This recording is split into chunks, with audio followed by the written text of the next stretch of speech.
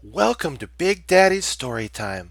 We're reading Winnie the Pooh, The Honey Cake Mix-Up, Disney's Out and About with Pooh, Volume 5.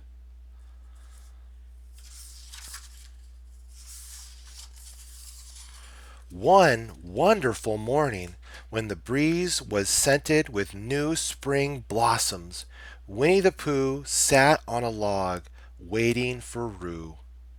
I know I promised to help Rue with something today, said Pooh. I just can't remember what that something is. As Pooh licked some honey off his paw, he said, Now I remember. I promised to help Rue make a honey cake for Kanga's birthday party. Just then, Rue arrived, ready to begin pouring and measuring and stirring and baking. The little kangaroo happily bounced inside and watched as Pooh peered into his cupboard. Said Pooh. We have honey and eggs and butter, but we seem to be missing something. Perhaps we should go ask Rabbit what it is. I know he's baked before. Goodness gracious, said Rabbit, looking in his cookbook. A honey cake is easy to make. All you need is honey, butter, eggs, baking soda, and flour. Ah, said Pooh, that's what we're missing. The flour. Pooh was sure that Rabbit meant the kind with petals and leaves. I'd give you the flour, said Rabbit, but I'm all out. That's all right, said Pooh. Roo and I can find it. Thank you for your help, Rabbit. And so Pooh and Roo strolled into the woods searching for the perfect flour for Kanga's cake. A little while later, they ran into Piglet. We're looking for a flower, announced Roo excitedly. So was I, said Piglet, and I found a whole bunch of them. He proudly held out a small bouquet. Would you mind showing us where they are? Pooh asked. Not at all, said Piglet. I'll help. I'll even help you pick some. Pooh and Roo picked some flowers, then went to Pooh's house.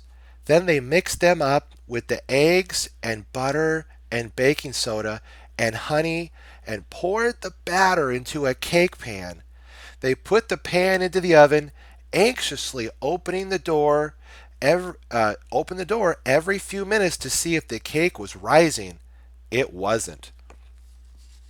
Maybe we used the wrong flour, suggested Roo. I think you're right, Pooh agreed.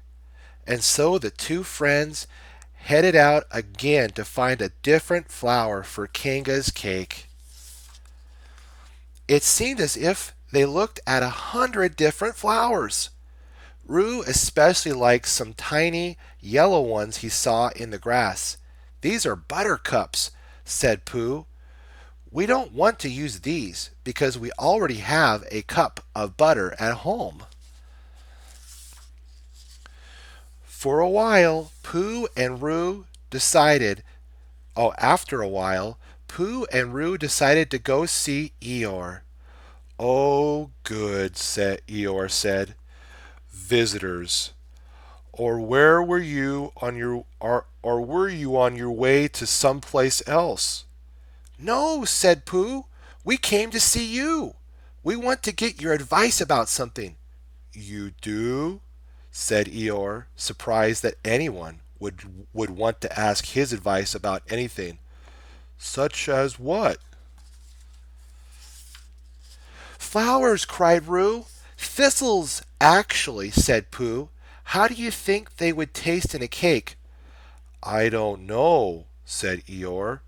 Why, why don't you taste some for yourself?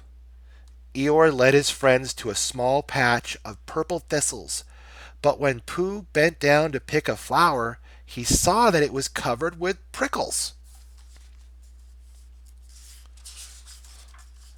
Pooh said, "Thistles are sort of prickly, don't you think?" "I suppose," said Eeyore, "but the prickles would give your cake crunch."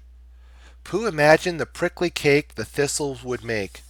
Not wanting to hurt Eeyore's feelings, Pooh said, "You know, Eeyore, this is such a lovely patch of thistles that you should have it all to yourself.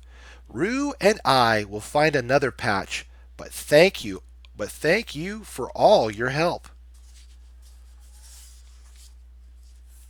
After they left Eeyore, Pooh and Roo bumped into Tigger, or rather, Tigger bounced into them.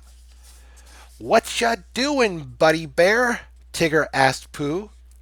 "We're looking for the flour to put in Kanga's cake," explained Roo. "Do you know where we can find one?" Roo asked, hopefully. "I know where you can find Tigger Lilies," said Tigger. Pooh said, "You mean tiger lilies, don't you?" "Well, some folks call them that," said Tigger, frowning. But these Tigger lilies have bounce. Any cake you put them in is sure to rise." What do you think, Roo?" asked Pooh. "Do you want to put a Tigger lily in your mama's honey cake?" "Oh, yes," said Roo, jumping up and down with excitement. "She'll have the highest, bounciest cake ever."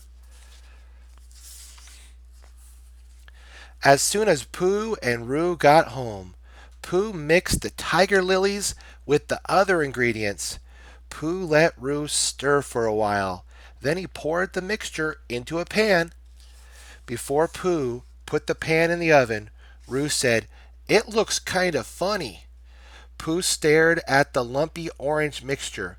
"That's because it's not cooked," he said. "It will look different once we bake it." But when Pooh took the pan out of the oven, nothing had changed.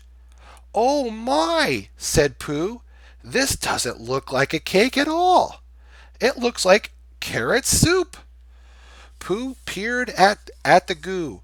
What did we do wrong?" he asked in a worried voice. "I think we should go see Rabbit again," said Pooh. "He'll know how to fix it." Once Rabbit saw the soupy mixture, he said, "Oh, Pooh, you forgot the flour." "No, I didn't," said Pooh. "No, we didn't," echoed Roo. "Then you mustn't have used the white kind," Rabbit insisted. "Oh," said Pooh, "I see." But he wasn't quite sure that he did. "Don't worry, Roos," said Pooh. "We still have a few hours until Kanga's party. We'll find a white flower in no time." As they were searching, Owl flew overhead. "Hello, Owl," said Pooh. Do you know where we could find a white flower?" Would a white rose do?" Owl asked. "Christopher Robin has some roses in his garden. He might have a white one." "That would be splendid," said Pooh. "Yes, it would," said Owl, settling on a branch. "By the way, did I ever tell you about my great Aunt Rose? Well, it really is quite fascinating how—" As Owl chattered on, Roo and Pooh slipped away. A while later they found Christopher Robin, who had been out back in his garden. "I was wondering," said Pooh, "do you have a white flower to put in Kanga's cake? We already have the other ingredients." "Silly old bear," said Christopher Robin. "You need white baking flour, not a white flower with petals and a stem." "I do?" said Pooh. "My mother has some in a tin," said the boy. "I'll get it for you." While Christopher Robin was getting the flower, Pooh and Roo admired the roses. They stuck their noses into the blossoms, breathing in their sweet scent. Mmm, said Rue. They smell like Mama. Soon Christopher Robin appeared with the tin.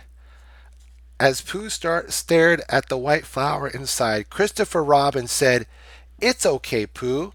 It's easy to make a mistake, especially with words that sound the same."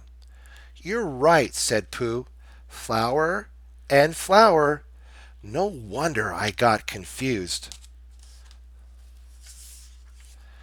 "You had a good idea, though," said Christopher Robin. "I'm sure Kanga would love to receive some flowers for her birthday. Here, why don't you take her these roses? Then you could give her a bouquet and a cake." That afternoon, Pooh and Roo used the flour Christopher Robin had given them to make a wonderful, tall, golden honey cake. When Pooh took the cake out of the oven, Roo breathed deeply and said, "It sure smells as good as a flower." Later that afternoon, at the party in the woods, Roo gave the honey cake and the bouquet of flowers to his mother. "Thank you, Roo," said Kanga. "What wonderful presents are these? And what wonderful presents are these? And to think that you and Pooh made the cake all by yourselves. Why, you really are quite a pair." Pooh began to imagine himself and Roo as big green pears. He must have looked confused because Christopher Robin said, "Not that kind of pear, Pooh. Kanga meant the kind of pear that means two." Pooh and Roo and Christopher Robin giggled just a little, then sat down to eat big, delicious slices of Kanga's honey cake with their friends. And what is it we can learn from this, my friends? Is that friends are indeed precious, and friendship is priceless. I thank you so much for listening. I hope you had as much joy listening as I had reading it to you. Thank you again for listening, and stay tuned for Big Daddy Storytime to be producing more wonderful book readings from the Winnie the Pooh series. Thank you so much for listening.